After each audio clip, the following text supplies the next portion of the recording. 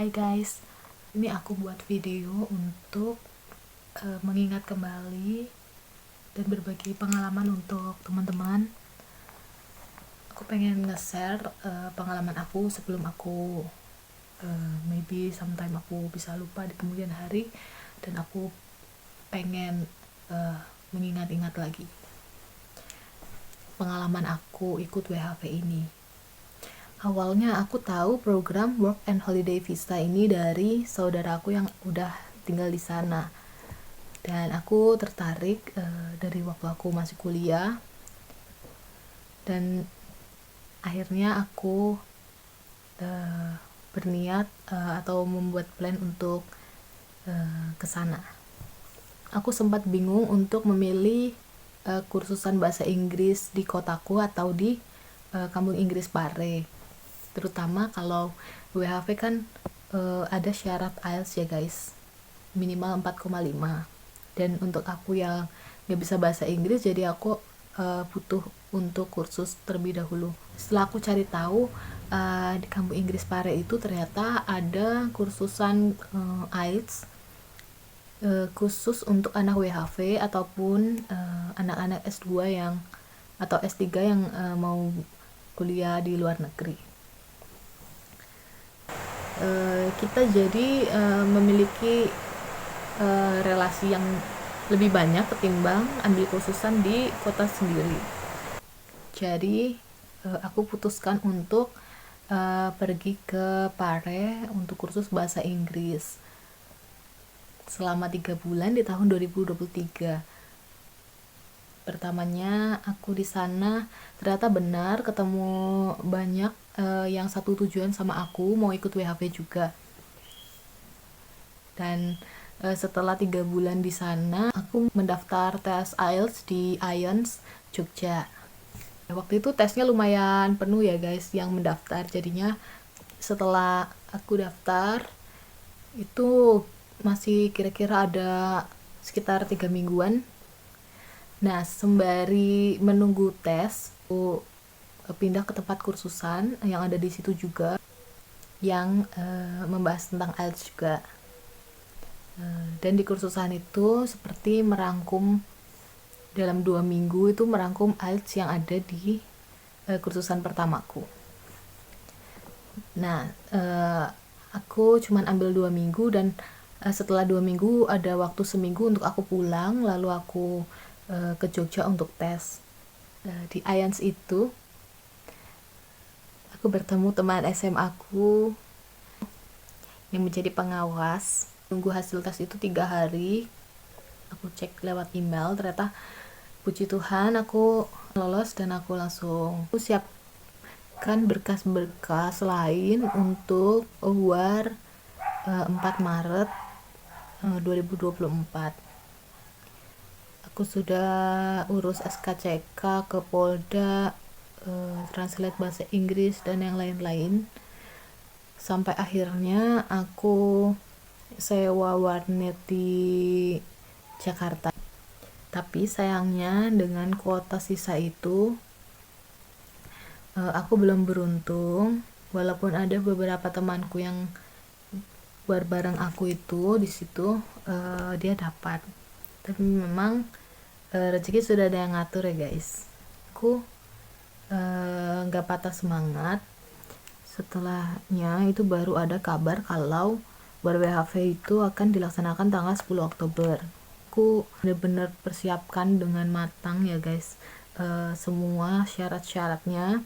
Untuk syarat kalian bisa lihat di IG-nya Ditjen Imigrasi, dan itu dibuka hanya untuk 1 kali dalam setahun, yang artinya kalau kuota itu sudah habis maka akan di-reset kembali bulan Juli tahun 2025. Saya warnya di rumah pakai wifi dengan kecepatan 200 Mbps, dan itu waktu pertama war itu sempat keluar masuk guys, karena memang banyak yang akses, dan sampai akhirnya saya masuk pada tahap verifikasi SDWAV keluar, lalu kita bebas nih mau lodge dulu atau mau MCU dulu. Saya MCU dulu baru nge-lodge. Ya, MCU itu sebelumnya membuat Hub ID. Kalau cara membuat Hub ID kamu bisa cari di YouTube, di channel lain itu ada. Lalu membuat janji dengan rumah sakit. Ada beberapa rumah sakit yang memang bekerja sama dengan pihak Australia.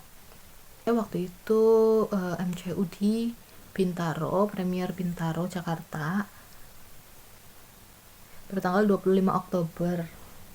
Dan hasilnya itu langsung keluar sekitar 4 jam setelah selesai MCU.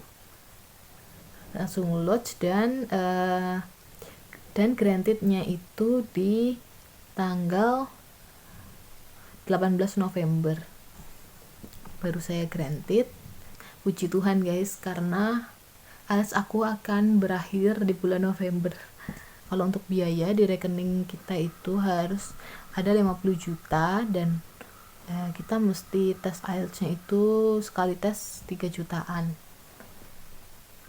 Juga paspor. Oh ya, waktu aku war itu aku nggak upload kakak karena ada perbedaan nama orang tua di kakak dan akta. Jadi aku hanya melampirkan akta, KTP, paspor dan lain-lain. Dan juga aku dengar kalau misalkan kita nanti atau anggota keluarga kita bermasalah, nanti itu akan berpengaruh sama anggota keluarga lain yang ada di dalam satu kakak. Oh ya, tips untuk buat paspornya, kita bilangnya itu untuk wisata aja guys, untuk tujuan wisata, karena aku dapat info dari teman-temanku kalau kita bilang membuat paspor untuk tujuan WHV itu akan dipersulit. Oh ya, nggak lupa aku translate dokumen ke salah satu sworn translator, dan itu juga ada biayanya. Kemarin aku sekitar 300 ribuan untuk hard file dan soft file. Untuk daftar translator kalian bisa ikutin grup-grup WHV ataupun japri ke aku. Waktu menunggu tanggal luar aku perbaharuin dokumen-dokumen yang udah kadaluarsa kayak SKCK, bank reference, dan surat keabsahan gitu ya guys. Oh ya, SKCK nya itu udah nggak boleh dari Polda guys, jadi harus dari Mabes Polri. Tapi kemarin masih opsional untuk SKCK, jadi kalau enggak juga nggak apa-apa. Cuman saran aku lebih baik lengkap deh guys. MCU ini harus kita melakukan MCU-nya di rumah sakit yang sudah bekerja sama antara Australia dan Indonesia ya guys. Dan aku melakukan MCU di Bintaro, Jakarta. Oh ya, sebelum MCU ini kita harus buat Hub ID, yang mana Hub ID ini memiliki masa berlaku 28 hari. Setelah aku melakukan MCU itu di Bintaro, hanya sekitar 4 jam itu hasilnya sudah keluar langsung di web, namun kita nggak bisa tahu hasilnya apa karena itu langsung diproses dari rumah sakit ke pihak Australianya. Namun nggak lupa waktu pemeriksaan aku selalu tanya ke dokternya, apakah aman, apakah ini aman, apakah aman gitu. Mereka jawab aman. Jadi aku nggak ragu. Setelah dari situ aku nge-lodge. Oh ya, tips dari aku, kalian yang mau war itu kalian ikutin grup-grup WhatsApp atau Telegram. Itu nanti itu sangat penting, terutama waktu kita war, kita bisa tahu kapan web itu masih error dan kapan bisa diakses, dan bahkan kita bakal tahu info-info jika ada tips-tips dalam war, misalkan dengan membuka tab banyak atau bagaimana.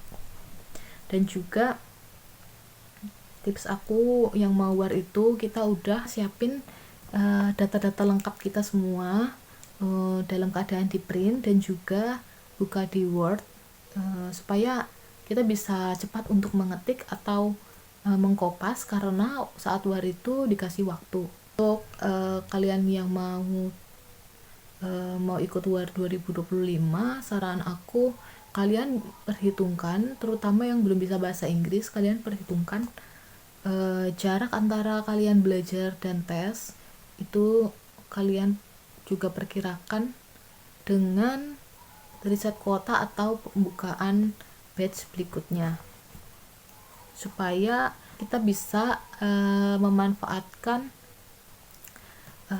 IELTS kita yang hanya maksimal 12 bulan itu sampai kalau bisa sampai sebanyak-banyaknya kita ikut war. Segitu sih tips dari aku. Nanti kalau misalkan ada yang kurang atau ada yang mau tanya-tanya, kalian bisa japri ke aku atau komen. Aku minta doanya untuk yang menonton video ini supaya aku selamat dan cepat mendapatkan pekerjaan di sana. Dan aku juga berharap untuk kalian yang mau war di tahun 2025 itu bisa tercapai. Memang rezeki itu udah ada yang ngatur, kita gak boleh patah semangat. See you guys, makasih udah dengerin ceritaku. Bye bye.